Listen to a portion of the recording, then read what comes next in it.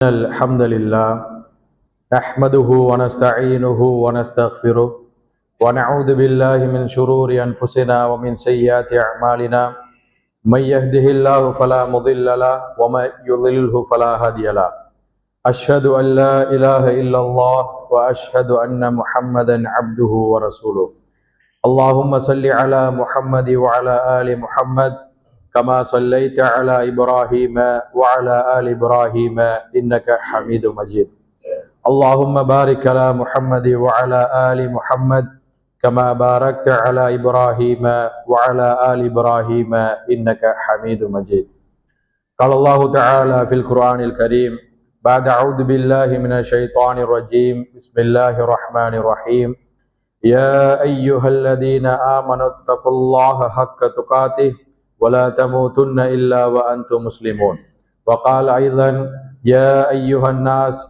اتقوا ربكم الذي خلقكم من نفس واحدة وخلق منها زوجها وبث منهما رجالا كثيرا ونساء واتقوا الله الذي تساءلون به والأرحام إن الله كان عليكم رقيبا وقال أيضا يا أيها الذين آمنوا اتقوا الله وقولوا قولا سديدا يصلح لكم أعمالكم ويغفر لكم ذنوبكم ومن يطع الله ورسوله فقد فاز فوزا عظيما فإن أصدق الحديث كتاب الله وأحسن الهدي هدي محمد صلى الله عليه وسلم وشر الأمور محدثاتها وكل محدثة بدعة وكل بدعة ضلالة وكل ضلالة في النار. இந்த உலகத்தை படைத்து பரிபாலித்துக் கொண்டிருக்கும் ஏகவல்ல நாயன் அல்லாஹுக்கே புகழனைத்தும் அல்ஹம்துலில்லாஹ்.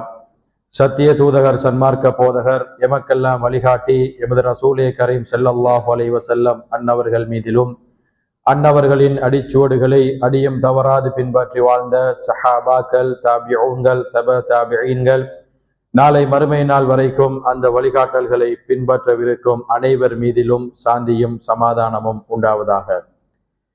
அன்புக்குரிய சகோதரர்களே, புனிதமிகு ஜும்ஆ கடமையினை நிறைவேற்றுவதற்காக அல்லாஹுடைய மாளிகையில் நாம் எல்லாம் ஒன்று கூடியிருக்கின்றோம்.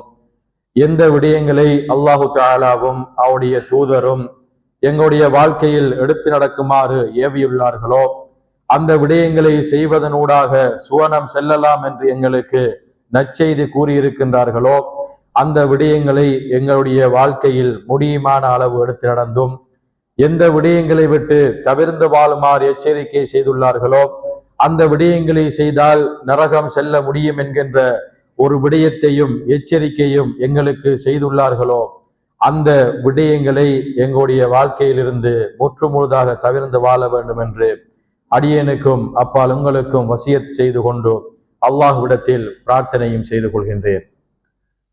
அன்புக்குரிய சகோதரர்களே, அல்லாஹு தஆலாவினுடைய நாட்டத்தின் காரணமாக ஹிஜ்ரி வருடத்திலே ஒரு வருடத்தை முடித்து அடுத்த வருடத்திற்குள் நாம் எல்லாம் நுழைந்திருக்கின்றோம். சென்ற வருடம், அதாவது இஸ்லாமிய வருடத்தின் அடிப்படையில் சென்ற வருடம் எங்களோடு இருந்த எத்தனையோ பேர் இன்று எங்களோடு இல்லை. இருந்தும் அல்லாஹு தஆலா எங்களுக்கு இந்த வாய்ப்பை தந்துள்ளான் என்று சொன்னால் சென்ற அந்த வருடத்தை விட அதிகமான சொத்து செல்வங்களை நாங்கள் சேர்க்க வேண்டும். சென்ற அந்த வருடாந்த வருமானத்தை விட அதிகமான வருமானங்கள் நாங்கள் பெற வேண்டும், அதற்காக வேண்டி உழைக்க வேண்டும் என்கின்ற எந்த காரணமும் கிடையாது. நாங்கள் இன்னும் கொஞ்சம் அவகாசத்தை அல்லாஹு தஆலா எங்களுக்கு தந்திருக்கின்றான். நன்மைகள் செய்ய வேண்டும், தீமைகள் செய்தால் அதிலே இருந்து அல்லாஹ்விடத்திலே இருந்து பாவ மன்னிப்பு தேட வேண்டும் என்கின்ற இந்த நல்ல விடயங்களை செய்வதற்காக அல்லாஹு தஆலா எனக்கும் உங்களுக்கும் இந்த ஒரு அரிய வாய்ப்பை தந்திருக்கின்றான். அன்புக்குரியவர்களே, இந்த முஹர்ரம் மாதம் வந்துவிட்டது என்று சொன்னால் முஹர்ரம் மாதத்தினுடைய சிறப்புகள் என்ன, அதிலே நாங்கள் செய்யக்கூடிய விடயங்களை பற்றி நாங்கள் ஏற்கனவே அறிந்திருப்போம். ஆனால் இன்று சற்று வித்தியாசமாக சென்ற அந்த இஸ்லாமிய வருடத்தினுடைய இறுதி மாதமாக இருந்த துல்ஹிஜ்ஜா மாதத்திற்கும் இந்த வருடத்தின் ஆரம்பமாக இருக்கக்கூடிய முஹர்ரம் மாதத்திற்கும் இடையிலான தொடர்பு என்ன, அந்த 2 மாதங்களும் எங்களுக்கு கற்றுத்தரக்கூடிய செய்திகளில் ஒரு முதன்மையான செய்தியை பார்க்கலாம் நினைக்கின்றேன். அதாவது அன்புக்குரியவர்களே, நாங்கள் சென்ற அந்த துல்ஹிஜ்ஜா மாதத்திலே நபி இப்ராஹிம் அலைஹிஸ்ஸலாத்து வஸ்ஸலாம் அவர்களையும் அவர்களுடைய அந்த குடும்பமும் செய்த தியாகத்தை நினைவு கூறினோம். அதாவது நினைவு கூறினோம் என்று சொன்னால் கொண்டாட்டங்கள் எடுக்கவில்லை, விழாக்கள் செய்யவில்லை. மாற்றமாக இந்த ஹஜ் என்ற வணக்கத்தினூடாக அந்த ஒரு குடும்பத்தினுடைய தியாகத்தை நினைவு கூற செய்தோம். அதே போன்று இந்த முஹர்ரம் மாதத்தை எடுத்து பார்த்தால் நபி மூசா அலைஹிஸ்ஸலாத்து வஸ்ஸலாம் அவர்களை, அதுவும் குறிப்பாக இந்த முஹர்ரம் மாதத்தினுடைய 10வது நாளாக இருக்கக்கூடிய ஆஷுரா நாளை நாங்கள் எடுத்து பார்த்தால் அந்த நாளிலே அல்லாஹு தஆலா நபி மூசா அலைஹிஸ்ஸலாத்து வஸ்ஸலாம் அவர்களுக்கு கொடுத்த வெற்றியை நினைவு கூறுகின்றோம். அதிலும் கொண்டாட்டங்கள் எடுக்கவில்லை, விழாக்கள் எடுக்கவில்லை.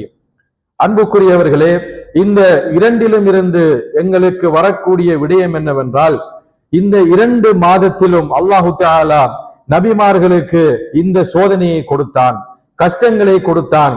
அந்த கொடுத்த துன்பங்களையும் கஷ்டங்களையும் அவர்கள் பொறுத்து கொண்டும் அவர்கள் பொறுமையாக இருந்ததன் விளைவாக அல்லாஹு தஆலா அவர்களை கௌரவித்தான் என்கின்ற விடயத்தை நாங்கள் பார்க்கின்றோம். எனவே அன்புக்குரியவர்களே, இந்த 2 விடயத்திலும் இருந்து நாங்கள் பெறக்கூடிய முக்கியமான பாடங்களில் ஒன்றாக இருக்கக்கூடியது, ஒரு முஸ்லிமுடைய வாழ்க்கையில் பொறுமை என்கின்ற விடயம் எந்த அளவுக்கு முக்கியமானது என்கின்ற விடயத்தை ஒரு வருடத்தினுடைய இறுதி மாதமும் இன்னொரு வருடத்தினுடைய ஆரம்ப மாதமும் எங்களுக்கு கற்றுத் தருவதை நாங்கள் பார்க்கின்றோம். நாங்கள் இந்த இரண்டிலும் இருந்து பெறக்கூடிய பாடங்களில் ஒன்றாக இந்த பொறுமை என்கின்ற விடயத்தை நாங்கள் எடுத்து நோக்க முடியும். அன்புக்குரியவர்களே, இந்த பொறுமை என்கின்ற விடயம் ஒரு சாதாரணமான விடயமாக தெரியலாம். ஒரு விடயத்தை நாங்கள் கொஞ்சம் அவகாசம் விட்டு செய்ய போனால் பொறுமையாக இருந்தோம் என்பதாக கூற முடியும். இருந்தும் உண்மையாக பொறுமை என்றால் என்ன, அந்த பொறுமை எந்தெந்த இடங்களில் வர வேண்டும், எந்த கட்டத்திலே அந்த பொறுமையை நாங்கள் வைத்துக் கொள்ள வேண்டும், எந்த காரணங்களிலூடாக பொறுமையை எங்களிடத்திலே இருந்து வரவழைத்துக் கொள்ள முடியும் என்பதை நாங்கள் பார்த்தால் நபிமார்களின் வாழ்க்கையில் இருந்தும் சஹாபாக்களின் வாழ்க்கையில் இருந்தும் எங்களுக்கு அதிகமான படிப்பினைகள் இருக்கின்றன. எனவே இன்றைய தினம் இந்த முஹர்ரம் மாதத்திற்கும் பொறுமைக்கும் இடையிலான தொடர்பையும் அந்த பொறுமையை பற்றி பார்க்கலாம் என நினைக்கின்றேன். எனவே அன்புக்குரியவர்களே, இந்த பொறுமையை பற்றி நாங்கள் பார்க்கின்ற நேரத்தில் அல்லாஹு தஆலா அல் குர்ஆனில் சுமார் 90 இடங்களில் இந்த பொறுமையை பற்றி சொல்லி இருக்கின்றார். நபிகள் நாயகம் ஸல்லல்லாஹு அலைஹி வஸல்லம் அவர்கள் தன்னுடைய வாழ்க்கையில் செய்திருக்கின்றார்கள், சொல்லி இருக்கின்றார்கள்.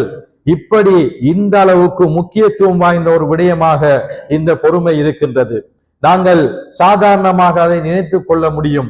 இந்த புனிதமிகு அல் குர்ஆனில் அல்லாஹு தஆலா 90 இடங்களில் அதை சொல்லி இருக்கின்றான் என்று சொன்னால் அதனுடைய மகத்துவம் இந்த ஒரு விடயத்தினூடாக நாங்கள் புரிந்து கொள்ள முடியும். அது மாத்திரமல்லாமல் பொறுமை என்றால் என்னவென்று கேட்டால், அன்புக்குரியவர்களே, எங்களுடைய உடலுக்கு இருக்கக்கூடிய ஒவ்வொரு உறுப்புகளுக்கும் ஒவ்வொரு இயல்பு இருக்கின்றது. உதாரணமாக இந்த கண்ணினுடைய இமையை எடுத்துக்கொண்டால், இந்த கண்ணுக்கு ஆபத்து விளைவிக்கக்கூடிய ஏதாவது வருகின்ற போது அல்லது ஏதாவது ஆபத்துக்கள் நேர்கின்ற போது கண்ணை பாதுகாக்கக்கூடிய ஒரு இயல்பு இந்த இமைக்கு கொடுக்கப்பட்டிருக்கின்றது. அதே போன்றுதான் எங்களுடைய உச்சந்தலையிலிருந்து உள்ளங்கால் வரைக்கும் இருக்கக்கூடிய அனைத்து உறுப்புகளுக்கும் ஒவ்வொரு இயல்புகள் இருக்கின்றன. அதிலே ஒன்றுதான் உள்ளத்திற்கும் இயல்பு இருக்கின்றது. இந்த உள்ளத்தினுடைய இயல்பு என்னவென்று சொன்னால், எங்களுக்கு சந்தோஷத்தை தரக்கூடிய, எங்களை மகிழ்விக்கக்கூடிய ஏதாவது விடயம் நடந்துவிட்டால் அது சாந்தமாக இருக்கும், சந்தோஷமாக இருக்கும். அதே போன்று எங்களுக்கு வெளிப்படையில் கவலை தரக்கூடிய அல்லது சோதனை தரக்கூடிய விடயங்கள் நடந்துவிட்டால் அந்த உள்ளம் உடைந்துவிடும், அந்த உள்ளம் பதறிக்கொண்டே இருக்கும். இது உள்ளத்தினுடைய இயல்பாக இருக்கின்றது. இமாம்கள் எங்களுக்கு விளங்க வேண்டும் என்பதற்காக வேண்டி பொதுவான ஒரு வரைவிலக்கணத்தை சொல்லுகின்றார்கள். எங்களுடைய வாழ்க்கையில் ஒரு விடயம் நடைபெறுகின்ற போது இந்த உள்ளத்தை மார்க்கம் காட்டி தந்த அடிப்படையின் பக்கம் திடகாத்திரமாக வைத்துக் கொள்வதுதான் பொறுமை என்பதாக இமாம்கள் எங்களுக்கு வெளிவாரியான அர்த்தத்தை கொண்டு வரைவிலக்கணம் கூறுகின்றார்கள். உதாரணமாக, ஒரு மனிதன் கஷ்டத்திலே இருக்கின்றார், அல்லாஹ்விடத்திலே பிரார்த்தனை செய்கின்றார். மார்க்கம் சொல்லுகின்றது, ஒரு சோதனை வந்துவிட்டால் அல்லாஹ்விடத்திலே பிரார்த்தனை செய்து பொறுமையாக இருக்க வேண்டும். இந்த மனிதன் பிரார்த்தனை செய்து கொண்டே இருக்கின்றான். வெளிப்படையில் இந்த பிரச்சனைக்கான தீர்வு கிடைத்ததாக அவருக்கு தெரியவில்லை. உள்ளம் சொல்லும், இந்த விடயத்தை விட்டுவிட்டு அடுத்த இன்னொரு வழியை நாங்கள் முயற்சி செய்தால் என்ன என்கின்ற ஒரு விடயத்தை இந்த உள்ளம் கேள்வி எழுப்பும். அல்லாஹ் நாடியவர்களை தவிர அந்த மனிதன் அடுத்த வழியை தேர்வு செய்வான். ஒன்று தர்காக்களுக்கு செல்வது, அல்லது வேறு வேறு மார்க்கத்திலே இல்லாத விடயங்களின் பக்கம் சென்று அங்கே சென்று இதற்கான தீர்வை தேடச் செல்வது. மார்க்கம் சொல்லுகின்றது, இமாம்கள் கூறுகின்றார்கள், அந்த நேரத்தில் உள்ளத்தை மார்க்கம் காட்டி தந்த அடிப்படையின் பக்கம் அப்படியே வைத்துக் கொள்ள வேண்டும். மார்க்கம் சொல்லுகின்றது, சோதனை வரும், அந்த சோதனையின் போது நீங்கள் வெற்றி பெற வேண்டுமா, பொறுமையாக இருக்க வேண்டும், அல்லாஹ்விடத்தில் மாத்திரம்தான் உதவி தேட வேண்டும். எனவே இந்த விடயத்தை தான் நாங்கள் ஒட்டுமொத்தமாக பொறுமை என்கின்ற அடிப்படையில் கூறுகின்றோம். இதை உரைகல்லாக வைத்து ஏனைய விடயங்களையும் நாங்கள் உரசி பார்க்க முடியும்.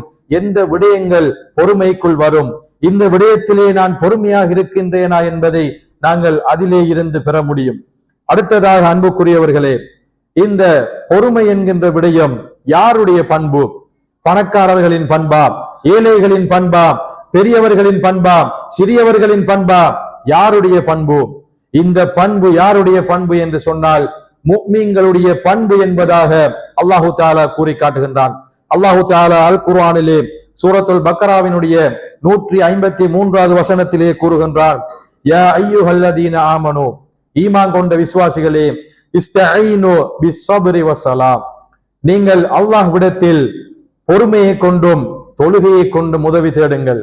அல்லாஹு தஆலா இந்த வசனத்தை ஆரம்பிக்கின்ற போதே விழித்து கூறுகின்றான், பொறுமையாளர் முஃமின்களே, ஈமான் கொண்டவர்களே, விசுவாசம் கொண்டவர்களே, இந்த பண்பு என்பது இத்தகையவர்களுக்கு தான் இருக்கின்றது என்கின்ற விடயத்தை அல்லாஹ் கூறுவதாக இமாம்கள் இதற்கு விளக்கம் அளிக்கின்றார்கள். யாரு முஃமின்களாக இருக்கின்றார்களோ அவர்களுக்கு இந்த பண்பு இருக்கும்.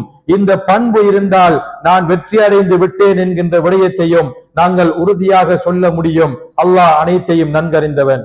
அடுத்ததாக அன்புக்குரியவர்களே, இந்த பண்பை நாங்கள் தன்னகத்தை கொண்டு விட்டால் மனிதர்களுடைய பார்வை எப்படி இருக்கும் என்று சொன்னால், அல்லாஹ் நாடியவர்களை தவிர ஒரு மனிதன் இந்த பொறுமையை தன்னகத்தே ஒரு பண்பாக கொண்டிருக்கின்றான்.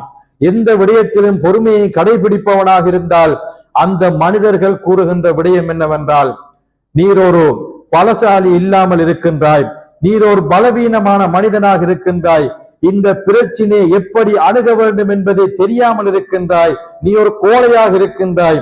இந்த வார்த்தைகளை யாருக்கு பாவிப்பார்கள் என்று சொன்னால் பொறுமையாளர்களுக்கு. ஆனால் அல்லாஹு தஆலா கூறுகின்றான், இந்த பண்பை நீ வைத்திருக்கின்றாயா? மோமின்களிடத்தில் இருக்கக்கூடிய பண்புகளில் ஒன்று உன்னிடத்திலே இருக்கின்றது. எனவே இதிலிருந்தும் இந்த பொறுமையினுடைய மகத்துவத்தை நாங்கள் விளங்கிக் கொள்ள முடியும். அது மாத்திரமல்லாமல் நபிகள் நாயகம் ஸல்லல்லாஹு அலைஹி வஸல்லம் அவர்கள் கூறுகின்றார்கள், ஒரு முஃமினுடைய விடயம் என்பது ஆச்சரியமாக இருக்கின்றது. ஏன் என்று சொன்னால், இன் அஸாபத்ஹு ஸர்ரா, அந்த மனிதனுக்கு ஏதாவது நலவு நடந்துவிட்டால் ஷக்கர, அந்த மனிதன் அல்லாஹ்வுக்கு நன்றி செலுத்துகின்றான். வஇன் அஸாபத்ஹு ضرா, அந்த மனிதனுக்கு ஒரு தீங்கு நடந்துவிட்டால் சபர, அந்த மனிதன் பொறுமையாக இருக்கின்றான். இவை அனைத்தும் அந்த முஃமினுக்கு நலவாக அமைந்து விடுகின்றது என்கின்ற விடயத்தை நபி அவர்கள் கூறி பின்னால் ஒரு வசனத்தை கூறுகின்றார்கள், வலைஸ தாலிக இல்லா அஹதின் மினல் முஃமின், முஃமினை தவிர இந்த பண்பு என்பது யாரிடத்திலும் இருக்காது என்கின்ற விடயத்தையும் நபிகள் நாயகம் ஸல்லல்லாஹு அலைஹி வஸல்லம் அவர்கள் எங்களுக்கு கூறி காட்டுகின்றார்கள். சந்தோஷமான நிலையிலும் நாங்கள் அல்லாஹ்வின் பால் செல்ல வேண்டும், நன்றி செலுத்த வேண்டும். அதே நேரம் சோதனைகள் வருகின்ற போது, ஏனைய தேவைகள் வருகின்ற போது பொறுமையாக இருந்து அல்லாஹ்வின் மீது நாங்கள் தவக்குல் வைக்க வேண்டும் என்கின்ற விடயத்தை நபிகள் நாயகம் ஸல்லல்லாஹு அலைஹி வஸல்லம் அவர்கள் கூறுகின்றார்கள். அடுத்த விடயமாக அன்புக்குரியவர்களே, அல்லாஹ் நாடியவர்களை தவிர மற்றவர்கள் இந்த பொறுமையை எப்படி விளங்கி வைத்திருக்கின்றார்கள் என்று சொன்னால் இரண்டு அடிப்படையில். ஒன்றோ, பொறுமை என்பதை எந்த ஒரு வலியும் இல்லாத நேரத்தில் நான் பொறுமையாக இருக்கின்றேன் என்பதாக கூறுவார்கள். உதாரணமாக, நான் சிறையிலே பொறுமையாக இருந்தேன். அந்த சிறையிலே பொறுமையாக இருப்பதென்பது எந்தவித வலியும் இல்லை, சிறையிலே பொறுமையாக இருந்தேதான் ஆக வேண்டும். விரும்பினாலும் சரி விரும்பாவிட்டாலும் சரி அந்த இடத்தில் பொறுமையாக இருந்தே ஆக வேண்டும். இதற்கு பொறுமையை பயன்படுத்துவார்கள். எந்தவித வலியும் அந்த இடத்தில் இல்லை. அதே போன்று எங்களுக்கு வந்த சோதனை, எங்களுக்கு வந்த பிரச்சனை, அது முடிந்து பல காலங்கள் சென்றதற்கு பின்னால் நான் பொறுமையாக இருக்கின்றேன். என்னுடைய குழந்தை மரணித்து 2 வருடம் 3 வருடம் ஆகிவிட்டது, நான் பொறுமையாக இருக்கின்றேன். இந்த இரண்டும் பொறுமை என்ற வட்டத்தினுள் வராது என்கின்ற விடயத்தை இமாம்கள் தெளிவாக கூறுகின்றார்கள். அடுத்த கேள்வி, பொறுமை என்றால் எந்த இடத்திலே அது வர வேண்டும்? பொறுமை என்றால் எந்த இடத்திலே வர வேண்டும் என்று சொன்னால் அன்புக்குரியவர்களே, ஒரு தேவையாகவும் இருக்கலாம், ஒரு சோதனையாகவும் இருக்கலாம். அந்த விடயங்கள் ஏற்பட்ட முதல் கட்டத்திலே இந்த பொறுமை வர வேண்டும். ஒரு விடயம் நடந்து விட்டது, ஒரு சோதனை வந்து விட்டது, என்னுடைய சக்திக்கு ஏற்ப அனைத்து வழிகளிலும் சென்று விட்டேன், அனைவரிடத்திலும் சென்று விட்டேன், ஆனால் அந்த பிரச்சனை நிறைவடையவில்லை. இந்த நேரத்திலே நான் சொல்லுகின்றேன், நான் அல்லாஹுக்காக வேண்டி பொறுமையாக இருக்கின்றேன் என்று சொன்னால் இது மார்க்கம் எதிர்பார்க்கின்ற பொறுமை இல்லை என்கின்ற விடயத்தை நாங்கள் விளங்கிக் கொள்ள வேண்டும்.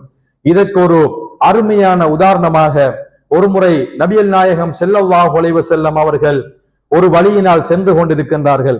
அந்த நேரத்தில் ஒரு பெண்மணி ஒரு கபரிடத்திலே இருந்து அழுது கொண்டிருக்கின்றார். அந்த நேரத்திலே நபி அவர்கள் சென்று சொல்கின்றார்கள், பெண்மணியே கவலைப்பட வேண்டாம், அழ வேண்டாம், எல்லாம் நலவுக்கே என்கின்ற விடயத்தை நபி அவர்கள் அந்த பெண்மணிக்கு சொல்லுகின்றார்கள். அந்த பெண்மணிக்கு யார் வந்திருக்கின்றார் என்கின்ற விடயம் தெரியாமல் அந்த பெண்மணி சொல்லிவிடுகின்றார், எனக்கு ஏற்பட்ட கஷ்டம் உங்களுக்கு ஏற்பட்டால் தான் அதனுடைய வலி விளங்கும் என்கின்றவாறு அந்த பெண்மணி அந்த வாசகத்தை பயன்படுத்தி விடுகின்றார். உடனே நபி அவர்கள் அந்த இடத்திலே கொந்தளிக்கவில்லை, கோபப்படவில்லை, அந்த இடத்திலே இருந்து சென்று விட்டார்கள். பிறகு அந்த பெண்மணிக்கு சொல்லப்படுகின்றது, வந்தது யார் என்று தெரியுமா? இப்படி நபிகள் நாயகம் ஸல்லல்லாஹு அலைஹி வஸல்லம் அவர்கள் தான் வந்தார்கள் என்கின்ற விடயம் அந்த பெண்மணிக்கு சொல்லப்படுகின்றது. அந்த பெண்மணி உடனே நபி அவர்களின் வீட்டுக்கு ஓடோடி செல்கின்றார். நபி அவர்களின் வீடு எந்தவித வாய் காப்பாளர்களும் இல்லாத நிலையில் அப்படியே திறந்த நிலையில் இருக்கின்றது. நபி அவர்கள் ஏழ்மையாக வாழ்ந்தார்கள் என்பதற்குரிய ஒரு ஆதாரமாகவும் இந்த ஹதீஸை கொண்டு வருவார்கள். உடனே அந்த பெண்மணி நபி அவரிடத்திலே சென்று சொல்கின்றார், நீங்கள் தான் வந்தது என்பது தெரியாது, என்னை மன்னித்து விடுங்கள் என்று சொன்ன நேரத்தில் நபி அவர்கள் சொன்னார்கள், இன்னம சபுரு இந்த சதமத்தில் ஊலா, பொறுமை என்பது எங்களுக்கு கஷ்டங்கள் ஏற்பட்ட முதல் கட்டத்திலே நாங்கள் கடைபிடிக்க வேண்டும் என்கின்ற விடயத்தை நபி அவர்கள் சொல்லுகின்றார்கள். அன்புக்குரியவர்களே, இந்த இன்னமா என்கின்ற இந்த எழுத்து என்பது அரபு இலக்கணத்தில் இதற்கென்று தனியான சட்டம் இருக்கின்றது. என்னவென்று சொன்னால், ஒரு கேள்விக்கு பதில் சொல்லுகின்ற நேரத்தில் இந்த இன்னமா என்கின்ற வார்த்தையை பயன்படுத்தி பதில் சொல்லப்பட்டால் அந்த கேள்விக்கு இந்த பதிலை தவிர வேறு எந்த பதிலும் பொருந்தாது என்கின்ற விடயத்தை அரபு இலக்கணம் சொல்லுகின்றது. உதாரணமாக, இன்னமல் முஃமினூன இஹ்வா என்று சொன்னால் முஃமின்கள் அனைவரும் சகோதரர்கள், அவர்களுக்கு மத்தியில் சகோதரத்துவம் மாத்திரம்தான் இருக்க வேண்டும், குற்றம் குரோதங்கள் இருக்கக்கூடாது. இன்னமல் அமாலு பின்னியாத், செயல்கள் அனைத்தும் எங்களுடைய எண்ணங்களை கொண்டே நிர்ணயிக்கப்படுகின்றது என்று சொன்னால் அதற்கு கூலி வழங்கப்படுவது எண்ணத்தின் காரணமாக மாத்திரம்தான்.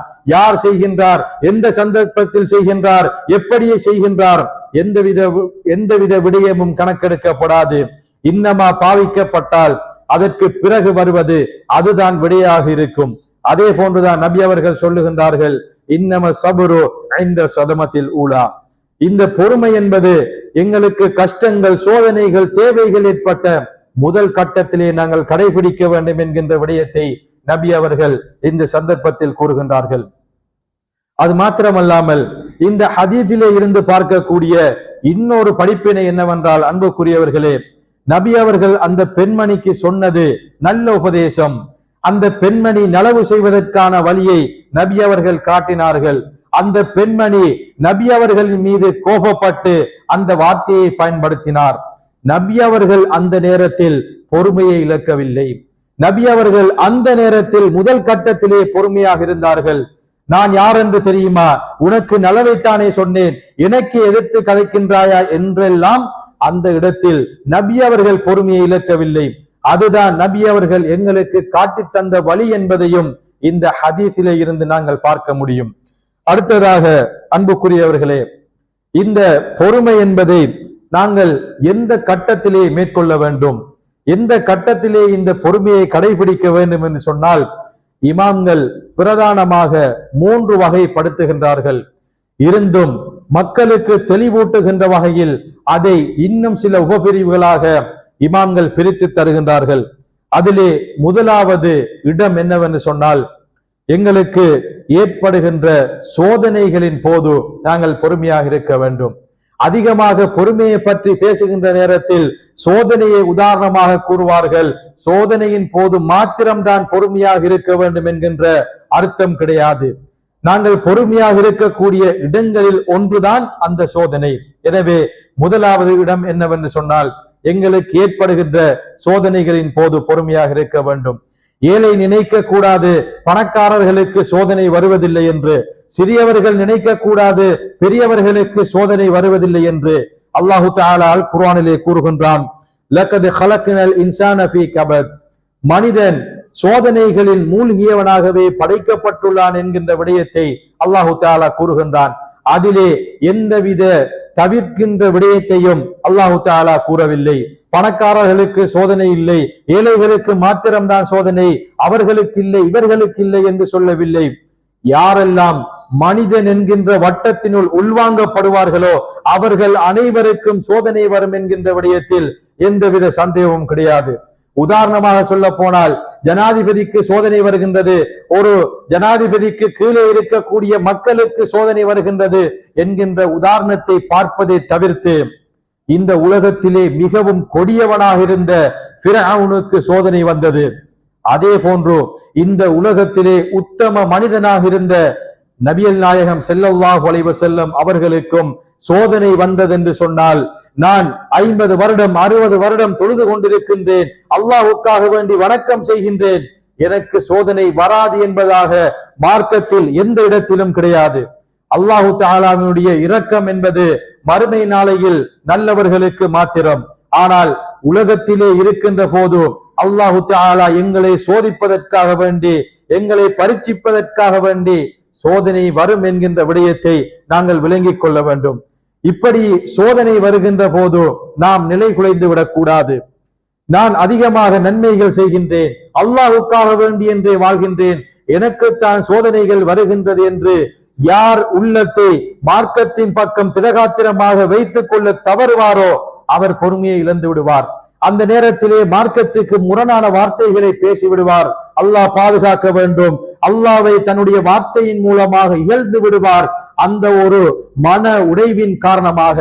ஏனென்றால் உள்ளம் ஏற்றுக் கொள்ளாது இருந்தும் மார்க்கத்தின் பக்கம் உள்ளத்தை திடகாத்திரமாக வைத்துக் கொள்வதும் அதற்கு உள்ளத்தை பயிற்றுவிக்க வேண்டும். அது மாத்திரமல்லாமல் அல்லாஹு தஆலா கூறி காட்டுகின்றான், வலநபுலுவன்னக்கும் பிஷைஇம் மினல் ஹௌஃபி வல் ஜூ வனக்ஸிம் மினல் அம்வாலி வல் அன்ஃபுஸி வஸ்ஸமராத் வபஷ்ஷிரிஸ் ஸாபிரீன். அல்லாஹு தஆலா சொல்லி காட்டுகின்றான், இந்த மனிதர்களை அல்லாஹு தஆலா எந்தெந்த வழிகளிலே சோதிப்பான் என்கின்ற விடயத்தை அல் குர்ஆனிலே கூறி காட்டுகின்றான்.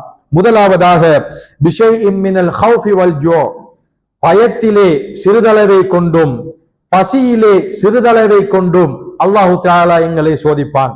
எங்களுக்கு ஒரு வேளை கூட உணவு உண்பதற்கு ஆன ஒரு நேரம் இல்லாமல், ஒரு அளவு நேரத்துக்காவது உணவு பெற்றுக் கொள்வதற்கான வழி கிடைக்காமல் நாங்கள் பஞ்சத்திலே இருந்தாலும், எங்களுடைய சொந்த வீட்டிலே இருந்து வெளியேறுவதற்கான ஒரு பாதுகாப்பு இல்லாத அச்சமான சூழ்நிலையில் இருந்தாலும், பிஷைஇம் மினல் ஹௌஃப், அது அல்லாஹு தஆலாவினுடைய அந்த பயத்திலே இருந்து, அந்த ஒரு சோதனையிலிருந்து கொஞ்சம் விடயம் என்கின்ற விடயத்தை தான் அல்லாஹு தஆலா அல் குர்ஆனிலே கூறுகின்றான். எப்படி சோதனைகள் வந்தாலும் அது அந்த முழு சோதனைகளிலே இருந்து சிறிதளவு என்கின்ற விடயத்தை தான் அல்லாஹு தஆலா கூறுகின்றான். இமாம்களும் எங்களுக்கு அதை விளங்கப்படுத்துகின்றார்கள்.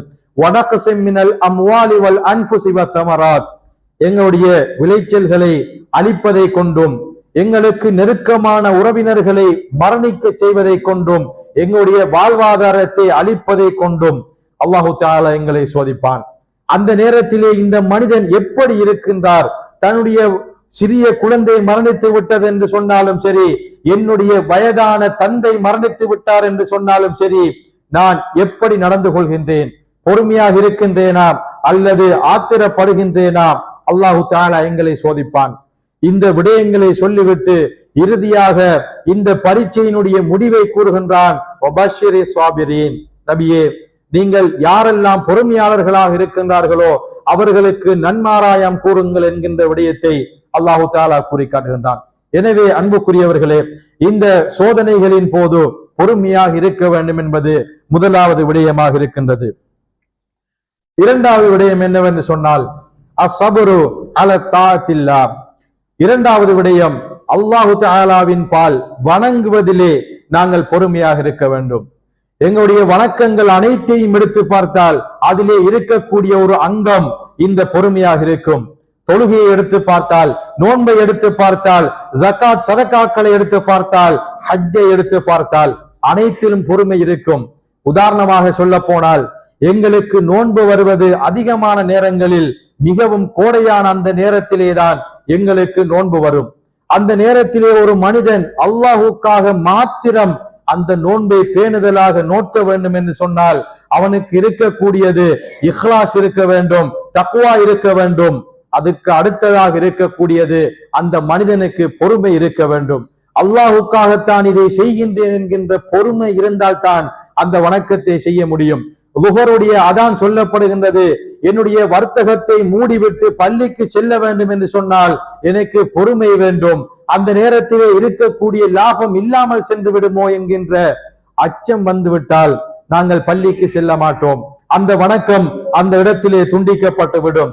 ஹஜ் செல்ல வேண்டும் என்று சொன்னால் என்னுடைய பணத்தை செலவு செய்யத்தான் வேண்டும், பணம் செல்கின்றதே என்கின்ற பயம் வந்தால் பொறுமை இல்லாமலாக்கப்பட்டு விடும், அந்த வணக்கம் இல்லாமலாகும் என்கின்ற விடயத்தை நாங்கள் உணர்ந்து கொள்ள வேண்டும். அல்லாஹு தஆலா சூரத்து தாகாவினுடைய 132வது வசனத்திலே கூறுகின்றான், வஅ்முர் அஹ்லக பிஸ்ஸலாத்தி வஸ்தபிர் அலைஹா. நபியே, உங்களுடைய குடும்பத்துக்கு தொழுகையை ஏவுகிறாக, அதே போன்று வஸ்தபிர் அலைஹா, அதிலே பொறுமையாகவும் இருக்கும்படி கூறுகிறாக என்கின்ற விடயத்தை அல்லாஹு தஆலா நபி அவர்களுக்கு கூறுகின்றான். ஏன் என்று சொன்னால், ஒரு மனிதன் ஒரு வணக்கத்தை செய்கின்ற போது 3 நிலைகளில் அந்த மனிதன் பொறுமையை கடைபிடிக்க வேண்டும். கட்டாயமாக 3 நிலைகளிலும் கடைபிடிக்க வேண்டும். ஒன்று, அந்த வணக்கத்தை செய்வதற்கு முன், உதாரணமாக தொழுவதாக இருந்தால் அந்த தொழுகைக்கு நான் நேர காலத்தோடு வர வேண்டும். தொழுகைக்காக வேண்டி இகாமத் சொல்லப்படுகின்ற வரைக்கும் நான் காத்திருக்க வேண்டும். என்னுடைய அனைத்து சோழிகளையும் நான் வைத்துவிட்டு பள்ளிக்கு வர வேண்டும். ஜும்மாவுக்கு நேரத்தோடு வர வேண்டும். ஜும்மா கடமையை நிறைவேற்ற வேண்டும் என்று சொன்னால் அதற்கு முதல் நாம் பொறுமையாக இருக்க வேண்டும். எனவே ஒரு மனிதன் வணக்கத்தினுடைய ஆரம்பத்திலே பொறுமையாக இருக்க வேண்டும். இரண்டாவது நிலை, அந்த வணக்கம் செய்கின்ற போது அந்த மனிதன் பொறுமையாக இருக்க வேண்டும். அதற்கென்று பரவான விடயங்கள் இருக்கும், வாஜிபான விடயங்கள் இருக்கும், அதை செய்வது சுன்னத்தான விடயமாக இருக்கும்.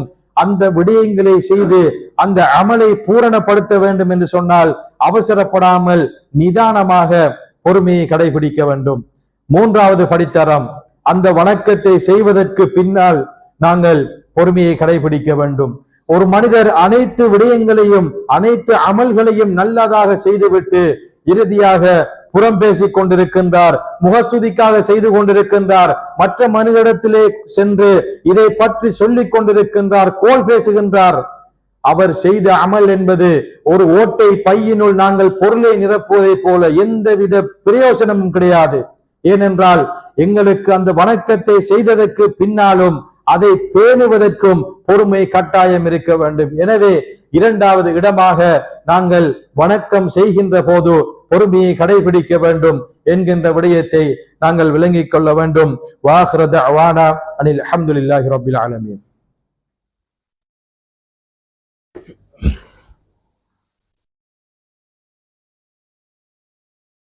அல்ஹம்துலில்லாஹி ரப்பில் ஆலமீன் வஸ்ஸலாத்து வஸ்ஸலாமு அலா அஷ்ரஃபில் அன்பியாஇ வல் முர்சலீன் வஅலா ஆலிஹி வஸ்ஹாபிஹி வமன் தபியஹும் பி இஹ்சானின் இலா யௌமித்தீன். அம்மா பஅத். அன்புக்குரியவர்களே, இந்த முஹர்ரம் மாதம் என்பது எங்களுக்கு படித்து தரக்கூடிய படிப்பினைகளில் ஒன்று. நாங்கள் பொறுமையாக இருந்தால் அதற்கேற்ற ஒரு கௌரவிப்பு அல்லாஹு தஆலா நிச்சயமாக தருவான். இந்த உலகம் அழிகின்ற வரைக்கும் ஆஷுரா நோன்பு என்பது இருந்தே ஆகும். நபிகள் நாயகம் ஸல்லல்லாஹு அலைஹி வஸல்லம் அவர்களுடைய வழிகாட்டலின் அடிப்படையில் இந்த உலகம் அழிகின்ற வரைக்கும் ஹஜ் செய்வதற்காக செல்லக்கூடியவர்கள் அங்கு செய்யக்கூடிய பல வணக்கங்களை நாங்கள் எடுத்து பார்த்தால் அந்த குடும்பத்தினுடைய தியாகத்தை எடுத்து காட்டுகின்றது. சஃபா மருவா மலைகளுக்கு இடையிலே தொங்கோட்டம் ஓடியே ஆக வேண்டும். இது ஒரு கட்டாய கடமை. இது நபி இப்ராஹிம் அலைஹிஸ்ஸலாத்து வஸ்ஸலாம் அவர்களுடைய மனைவி தன்னுடைய குழந்தையை மேந்தி கொண்டு இரு மலைகளுக்கு இடையிலே ஓடி அந்த விடயத்தை அல்லாஹு தஆலா உலகம் அழிகின்ற வரைக்கும் நினைவு கூற வைத்திருக்கின்றான் என்று சொன்னால் அவர்களுடைய தக்வா, அவர்களுடைய இஹ்லாஸ், அதற்கு அடுத்ததாக அந்த குடும்பத்தினுடைய பொறுமைக்காக வேண்டி அல்லாஹு தஆலா கொடுத்த சன்மானம் என்பதில் இமாம்களுக்கிடையில் எந்தவித கருத்து வேறுபாடும் கிடையாது. எனவே அன்புக்குரியவர்களே, பொறுமை கொள்ள வேண்டிய இடங்களை பார்த்தோம். அதிலே அடுத்ததாக இருக்கக்கூடிய ஓரிடம்தான் எங்களுடைய உள்ளத்திலே ஏற்படக்கூடிய வீணான ஆசைகளின் போது நாங்கள் பொறுமையாக இருக்க வேண்டும். வீணான ஆசை என்றால் என்னவென்று கேட்டால், அன்புக்குரியவர்களே, எங்களுடைய வாழ்க்கையை நாங்கள் வாழ்வதற்கு போதுமான அனைத்து விடயங்களையும் அல்லாஹு தஆலா தந்திருப்பான். ஆனால் அந்த நேரத்திலே அதற்கு அதிகமாக நாங்கள் ஒரு சில விடயங்களை விரும்புவோம் என்று சொன்னால் அந்த நேரத்திலே பொறுமையை இழப்பதற்கான வாய்ப்பு அதிகம் இருக்கும் என்பதில் எந்தவித சந்தேகமும் கிடையாது. உதாரணமாக, என்னோடு இருந்த ஒரு மனிதன் என்னுடைய ஊரிலே என்னோடு பழகிய ஒரு மனிதன் என்னை விட மிகப்பெரிய வீட்டிலே வாழுகின்றான், என்னை விட அதிகமாக மாதாந்த சம்பளம் எடுக்கின்றான், என்னை விட பெரிய ஒரு அதிசொகுசு வாய்ந்த வாகனத்திலே பயணிக்கின்றான். இந்த விடயங்களை ஒரு மனிதன் பார்த்துவிட்டு அதன்பால் ஆசை கொண்டு விட்டான் என்று சொன்னால் பொறுமையை இழந்து விடுவான். எப்படி என்று சொன்னால், நாங்கள் உள்ளத்தால் ஈமான் கொண்டிருக்கின்றோம், அல்லாஹு தஆலா எங்களுக்கான அனைத்து விடயங்களையும் எழுதிவிட்டான். எந்த நேரத்தில் எந்த விடயம் கிடைக்க வேண்டுமோ, எந்த அளவுக்கு கிடைக்க வேண்டுமோ, எந்த வழியிலே கிடைக்க வேண்டுமோ அது அதற்கேற்ற வழியிலே நடந்து கொண்டே இருக்கும். நான் அந்த இடத்திலே பொறுமையை விட்டு அவசரப்பட்டு விட்டேன் என்று சொன்னால் என்னுடைய பொருளாதாரத்தில் ஹராம் ஹலால் பார்க்க மாட்டேன். நான் ஒரு மனிதனை ஏமாற்றுவதை பெரிதாக பார்க்க மாட்டேன். ஒரு மனிதனுடைய சொத்தை திருடுவதை பெரிதாக பார்க்க மாட்டேன். ஏன் என்று சொன்னால் உள்ளத்திலே அதிகமான ஆசை வந்துவிட்டது. இது ஒரு வீணான ஆசை வந்துவிட்டது. என்னுடைய உள்ளத்தை நான் திரகாத்திரமாக வைத்துக் கொள்ள தவறிவிட்டேன், வழிகேட்டிலே சென்று விட்டேன் என்கின்ற விடயத்தை நாங்கள் விளங்கிக் கொள்ள வேண்டும். அல்லாஹு தஆலா எங்களை பாதுகாக்க வேண்டும். ஏன் என்று சொன்னால் அன்புக்குரியவர்களே, அல்லாஹு தஆலா அல் குர்ஆனிலே சூரத்துல் முனாஃபிகூனுடைய 9வது வசனத்திலே கூறி காட்டுகின்றார், யா அய்யுஹல்லதீன ஆமனு, ஈமான் கொண்ட விசுவாசிகளே, லா துல்ஹிக்கும் அம்வாலுக்கும் வலா அவுலாதுக்கும் அன் திக்ரில்லாஹ், உங்களுடைய சொத்துக்களாக இருந்தாலும் சரி, உங்களுடைய குழந்தை குட்டிகளாக இருந்தாலும் சரி, அல்லாஹு தஆலாவை நினைவு கூறுவதை விட்டும் உங்களை பராமுகமாக ஆக்கிவிட வேண்டாம். எனக்கு அதிகமாக லாபம் கிடைக்க வேண்டும் என்று சொன்னால் நான் லுஹர் தொழுகைக்காக வேண்டி கடையை மூட மாட்டேன். எனக்கு அதிகமாக லாபம் கிடைக்க வேண்டும் என்று சொன்னால் நான் நோன்பு நோக்காமல் எனக்கு எப்படியெல்லாம் அந்த காலத்திலே எனக்கு சொத்தை சேர்க்க முடியுமோ அத்துணை வழிகளிலும் சேர்த்து கொண்டிருப்பேன். என்னுடைய பிள்ளைகளை வளர்க்க வேண்டும், அதிலே எந்தவித தவறும் கிடையாது. ஆனால் அந்த விடயம் என்பது அல்லாஹ்வை நினைவு கூறுவதை விட்டு எங்களை தடுத்து விடக் கூடாது என்கின்ற விடயத்தை அல்லாஹ் நினைவூட்டுகிறான் என்று சொன்னால் அந்த நேரத்தில் நாங்கள் பொறுமையாக இருந்தோம் என்று சொன்னால் எனக்கு அமைத்தது வந்தே ஆகும். நான் அல்லாஹ்வின் பாதையில் சென்று இந்த வணக்கத்தை செய்தால் இந்த நேரத்திலே கிடைக்கக்கூடிய லாபத்தை விட அதிகமான லாபத்தை தருவதற்கு அவன் தகுதி பெற்றவன், அவன் சக்தி பெற்றவன். இந்த ஒரு நம்பிக்கையை வைத்து பொறுமையாக இருந்தோம் என்று சொன்னால் அன்புக்குரியவர்களே, எங்களுடைய விடயங்கள் சீராகும் என்பதையும் நாங்கள் விளங்கிக் கொள்ள வேண்டும். எனவே அடுத்த விடயமாக, உள்ளத்திலே இருக்கக்கூடிய அந்த வீணான ஆசைகள் வரும் அந்த நேரத்திலே பொறுமையாக இருக்க வேண்டும். அடுத்த ஒரு விடயமாக, நாங்கள் தஅவா செய்கின்ற போதும் பொறுமையாக இருக்க வேண்டும். தஅவா என்பது ஒரு உலமாக்கு மாத்திரம்தான் கடமை, ஒரு ஓதியவர் அல்லது அறிவை கற்றவர் மாத்திரம்தான் இந்த தஅவாவை செய்ய வேண்டும் என்பதாகவும் அர்த்தம் இல்லை. எனக்கு ஒரு நல்ல விடயம் தெரியும், ஒரு மனிதர் அதற்கு மாற்றமான விடயத்தை செய்து கொண்டிருக்கின்றார், அவரிடத்திலே சென்று அவருக்கு நாங்கள் நல்லதை சொல்லுவதையும் தீமையை அவரை விட்டு தடுப்பதையும் இமாம்கள் தஅவா என்கின்ற வட்டத்தினுள் உள்வாக்குகின்றார்கள். ஏனென்று சொன்னால் அந்த நேரத்திலும் பொறுமை என்பது எங்களுக்கு மிகவும் ஒரு அடிப்படை விடயமாக இருக்கும். உதாரணமாக சொல்ல போனால், எங்களுக்கு தெரிந்த சம்பவம், படிப்பினைக்காக கூறுகின்றோம். தாயிஃப் சம்பவம் என்பது நாங்கள் அறிந்த சம்பவம். நபிகள் நாயகம் ஸல்லல்லாஹு அலைஹி வஸல்லம் அவர்கள் தஅவா பணிக்காக வேண்டி தாயிஃபுக்கு செல்லுகின்றார்கள். அந்த நேரத்திலே நபி அவர்கள் செய்த அந்த தஅவா பிரச்சாரத்தை அணுவளவும் கூட அந்த மனிதர்கள் ஏற்றுக்கொள்ளாவிட்டாலும் பரவாயில்லை, நபி அவர்களை துன்புறுத்தினார்கள், நபி அவர்களுக்கு அநியாயம் செய்தார்கள், நபி அவர்களின் இரத்தம் தலையிலே இருந்து காலால் வடிந்தோடு சென்றியது என்பதாக அந்த வரலாற்றிலே வருகின்றது.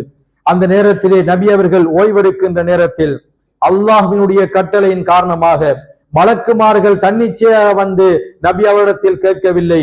மலக்குமார்கள் என்பவர்கள் அல்லாஹ்வின் கட்டளைக்கு அடிபணிபவர்கள். எனவே அல்லாஹ்வின் கட்டளையின் காரணமாக வந்து கேட்கின்றார்கள், இந்த இரண்டு மலைகளையும் நாங்கள் ஒன்றாக்கி இந்த நகரத்தை அழித்து விடவா?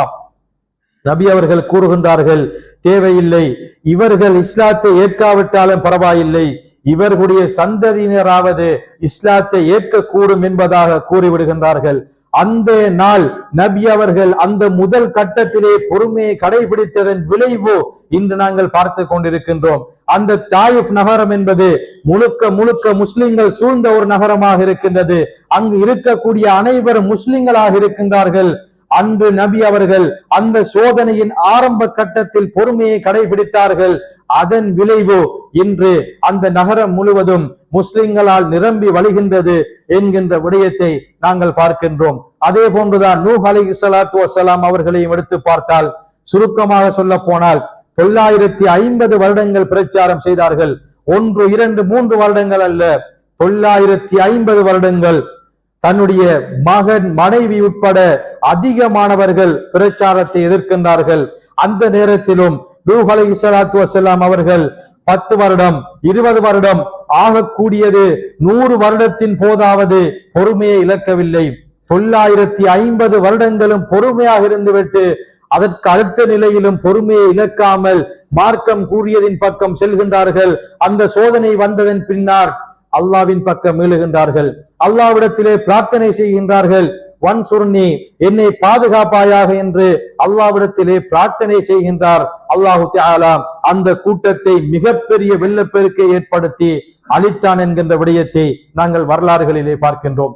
எனவேதான் அன்புக்குரியவர்களே, இதனுடைய நோக்கம் என்னவென்று சொன்னால், நாங்கள் செய்கின்ற விடயத்திலே கொஞ்சம் தவறிவிட்டோம் என்று சொன்னால் அந்த விடயம் எங்களை விட்டு சென்றுவிடும். இறுதியாக நாளை மறுமை நாளையில் அல்லாஹு தஆலா 7 கூட்டத்தார்களுக்கு எந்தவித நிழலும் இல்லாத அந்த நேரத்தில் தன்னுடைய அரசின் நிழலை வழங்குவான். அந்த கூட்டத்தார்களை எடுத்து பார்த்தால் அன்புக்குரியவர்களே, அவர்கள் செய்த செயலிலே நிச்சயமாக அவர்களிடத்திலே பொறுமை இருந்திருக்கும். ஒரு அரசனாக இருக்கின்றவன் அவன் நினைத்ததை எல்லாம் செய்ய முடியும், மக்களை காட்டுமிராண்டித்தனமாக நடாத்த முடியும். இருந்தும் அந்த மனிதன் மார்க்கத்தின் பக்கம் பொறுமையாக இருந்து ஒரு நீதியான அரசனாக தன்னுடைய ஆட்சியை செய்ததன் காரணமாக அந்த மனிதன் நாளை மறுமை நாளையில் கௌரவிக்கப்படுகின்றான். அதே போன்று தன்னுடைய வாலிபத்தை பல விடயங்களை உலகத்திலே கழிக்க முடியும், ஆனால் அதிலே எல்லாம் செல்லாமல் அந்த மனிதன் தன்னுடைய வாலிபத்தை பள்ளி வாயிலோடு கழிக்கின்றான், தன்னுடைய மார்க்கத்தோடு கழிக்கின்றான். அதற்காக வேண்டி மறுமை நாளையில் அந்த மனிதன் அல்லாஹ்விடத்திலே கௌரவிக்கப்படுகின்றான். அந்த நேரத்திலே கௌரவித்தது ஜனாதிபதியோ அல்லது வேறு வேறு பெரியவர்களோ கிடையாது. அதிகாரத்திலே உயர்வாக இருக்கக்கூடிய அந்த ரப்புல் ஆலமீன் அந்த இடத்திலே எங்களை கௌரவிக்கின்றான் என்று சொன்னால் அதற்குரிய காரணிகளில் ஒன்றாக இந்த பொறுமை மாத்திரம்தான் காரணம் என்று சொல்லவில்லை. அந்த காரணிகளில் ஒன்றாக இந்த பொறுமையும் இருக்கின்றது என்கின்ற விடயத்தை நாங்கள் விளங்கிக் கொள்ள வேண்டும். எனவேதான் அன்புக்குரியவர்களே, இந்த பொறுமையாக இருத்தல் என்பது எங்களுடைய வாழ்க்கையை நாங்கள் இருக்கக்கூடிய மிக அத்தியாவசியமான விடயங்களிலும் உள்வாங்கப்பட வேண்டும். அல்லாஹு தாலா கூறி காட்டுகின்றான், ஒமா ஹலக்துல் ஜின்ன வல் இன்ஸ இல்லா லியஅ்புதூன், நாங்கள் மனிதனையும் ஜின் வர்க்கத்தையும் படைத்தது என்னை வணங்குவதற்காகவே தவிர வேறில்லை. எங்களுடைய டியூட்டி என்னவென்று சொன்னால் அல்லாஹ்வை வணங்குவது. அந்த வணக்கத்தை நாங்கள் செய்ய வேண்டும் என்று சொன்னால் பொறுமை இருக்க வேண்டும். எனவே இவைகளிலே இருந்து நாங்கள் தெளிவாக புரிந்து கொள்ள முடியும். நாங்கள் வணக்கங்கள் செய்வதாக இருந்தாலும் சரி, அல்லது பாவங்களை விட்டு விலகுவதாக இருந்தாலும் சரி, இந்த பொறுமையை கடைபிடித்தால் எங்களுக்கு மிகச்சிறந்த வழியாக அது அமையும் என்பதில் எந்தவித சந்தேகமும் கிடையாது. எனவேதான் இந்த இடத்திலே நாங்கள் கேட்ட விடயங்களை என்னுடைய வாழ்க்கையிலும் உங்களுடைய வாழ்க்கையிலும் எடுத்து நடந்து இன்று எப்படி இஹ்லாஸான முறையிலே இந்த இடத்திலே ஒன்று கூடி இருக்கின்றோமோ, அதே போன்று நாளை மறுமை நாளையில் சுவர்க்கத்தில் உயர்ந்த சுவர்க்கமான ஜன்னத்துல் ஃபிர்தௌஸ் என்கின்ற சுவர்க்கத்தில் அல்லாஹு தஆலா என்னையும் உங்களையும் சேர்ப்பானாக. அகூலு கௌலி ஹாதா வஸ்தக்ஃபிருல்லாஹ் லி வலக்கும் வலிசாயிலில் முஸ்லிமீன மின் குல்லி தம்பின் ஃபஸ்அலுஹு வஸ்தக்ஃபிருஹு இன்னஹு ஹுவல் கஃபூருர் ரஹீம்.